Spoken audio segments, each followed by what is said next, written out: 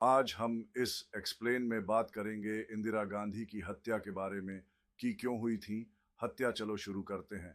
इंदिरा गांधी की हत्या एक ऐतिहासिक और दुखद घटना थी जो भारत के इतिहास में एक महत्वपूर्ण मोड़ के रूप में याद की जाती है। यह घटना 31 अक्टूबर 1984 को हुई थी। इंदिरा गांधी, जो उस समय भारत की प्रधानमंत्री थी, उनकी हत्या उनके ही अंगरक्षकों ने की थी। आइए हम इस घटना को विस्तार से समझते हैं। इंदिरा गांधी का जीवन। इंदिरा गांधी भारतीय राजनीति की एक प्रमुख और शक्तिशाली हस्ती थी। वह भारत के पहले प्रधानमंत्री जवाहरलाल नेहरू की बेटी थी। उनका जन्म 19 नवंबर 1917 को हुआ था। इंदिरा गांधी 666 में प्रधानमंत्री बनी और वे 1987 तक इस पद पर रही। बाद में 1980 में उन्होंने पुनः प्रधानमंत्री पद संभाला। उनके शासनकाल में भारत ने कई महत्वपूर्ण घटनाओं को देखा, जिनमें 1971 में पाकिस्तान के खिलाफ युद्ध, भारतीय परमाणु परीक्षण और आपातकाल जैसी घटनाएं शामिल हैं।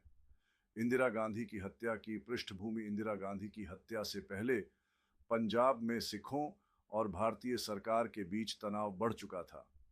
1980 के दशक के शुरुआती वर्षों में पंजाब में अलगाववादी आंदोलन उभरने लगा था। सिखों के एक समूह ने भारतीय सरकार से अलग एक स्वतंत्र राज्य की मांग की थी, जिसे खालिस्तान कहा जाता था। यह आंदोलन दिन ब दिन हिंसक होता जा रहा था। इस हिंसा का मुख्य कारण अमृतसर स्थित स्वर्ण मंदिर में उग्रवादी गतिविधियां थीं।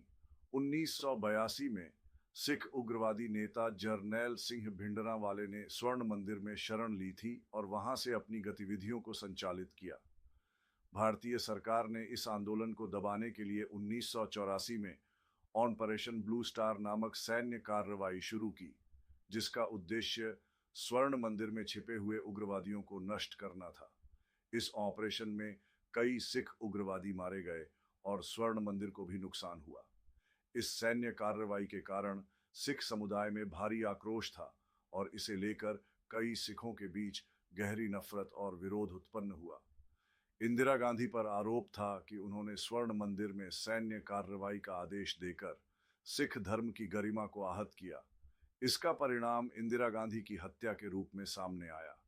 इंदिरा गांधी की हत्या 31 अक्टूबर 1984 को इंदिरा गांधी सुबह अपनी आधिकारिक निवास स्थान 1 सफदरजंग रोड, दिल्ली में अपने दफ्तर जा रही थीं।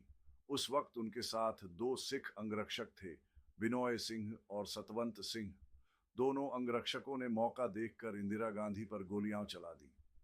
बिनोय सिंह और सतवंत सिंह ने करीब से उनकी छाती और पेट में गोलियां मारी। इंदिरा गांधी को तुरंत अस्पताल ले जाया गया, लेकिन उन्हें बचाया नहीं जा सका। उन्होंने अस्पताल में दोपहर बाद 2:20 पर दम तोड़ दिया। हत्या के बाद की स्थिति। इंदिरा गांधी की हत्या के बाद देश भर में हिंसा का दौर शुरू हो गया। दिल्ली और अन्य जगहों पर सिखों के खिलाफ बड़े पैमाने पर हिंसा फैली। सिखों के घरों और दुकानों को निशाना बनाया गया। कई सिखों को बेरहमी से मारा गया और उनके घरों में आग लगा दी गई। यह घटनाएं पूरी दुनिया में चर्चा का विषय बनी और भारतीय समाज में गहरी दरारें पैदा कर दी। हत्या के बाद का राजनैतिक प्रभाव। इंदिरा गांधी की हत्या के बाद उनके बेटे राजीव गांधी को भारत का नया प्रधानमंत्री बनाया गया। राजीव गांधी ने देश में शांति स्थापित करने की कोशिश की, लेकिन इंदिरा गांधी की हत्या ने भारत में सिख समुदाय और भारतीय सरकार के बीच एक गहरी खाई को जन्म दिया। इस घटना ने भारतीय राजनीति में कई बदलाव लाए और भारत में आतंकवाद और उग्रवाद की समस्या को भी बढ़ावा दिया। इंदिरा गांधी की हत्या का एक अन्य प्रमुख प्रभाव यह था कि उन्होंने अपनी मौत से एक शोक और राजनीतिक रिक्तता छोड़ी, जिसे भारत लंबे समय तक महसूस करता रहा। उनके योगदान और उनके कार्यकाल को लेकर आज भी भारत में विभिन्न दृष्टिकोण हैं, लेकिन उनका योगदान भारतीय राजनीति और अंतर्राष्ट्रीय स्तर पर महत्वपूर्ण था। इंदिरा गांधी की हत्या एक काले अध्याय के रूप में इतिहास में दर्ज है, जिसने न सिर्फ उनके परिवार